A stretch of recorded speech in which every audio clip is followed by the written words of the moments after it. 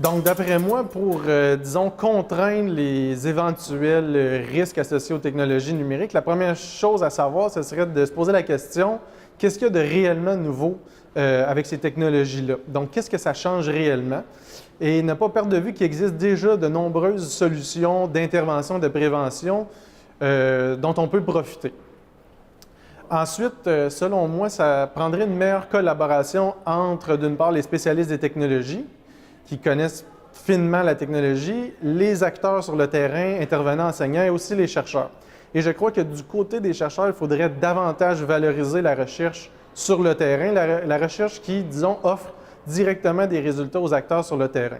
Donc, la recherche en sciences sociales qui s'intéresse aux risques du numérique, si on peut appeler ça comme ça, valorise davantage la présence des chercheurs sur le terrain, notamment dans les écoles, dans les maisons de jeunes et d'autres milieux de vie des jeunes.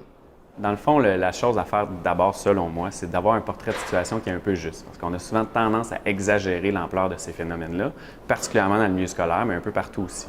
Donc, de se poser la question comme école, comme commission scolaire, comme institution, c'est quoi la vraie ampleur? Combien de jeunes ça touche? Dans quelle mesure? En partant de ce portrait-là, on est capable de planifier des actions qui vont être souvent un peu plus appropriées puis moins désordonnées. En parlant de désordonné, la chose à faire ensuite, c'est aussi de voir le phénomène de façon un peu plus universelle. Oui, il y a la cyberintimidation, mais il y a l'intimidation de façon un peu plus classique.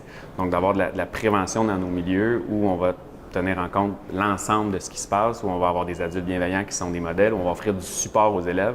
Donc, peu importe quel sera le nouveau challenge ou le nouveau phénomène, l'élève va être en mesure de savoir où aller se confier, de quelle façon, et surtout, il va être confiant qu'il y a une intervention qui va être faite suite à cette dénonciation-là.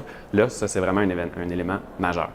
Autre élément qui peut être considéré aussi, c'est peut-être un peu plus de collaboration entre les milieux et le milieu de la recherche. Donc, le scolaire avec des gens qui connaissent un peu plus l'univers des technos, parce qu'en le faisant de cette façon-là, on est capable de rester à jour, même si je mentionnais qu'il y a toujours une nouveauté.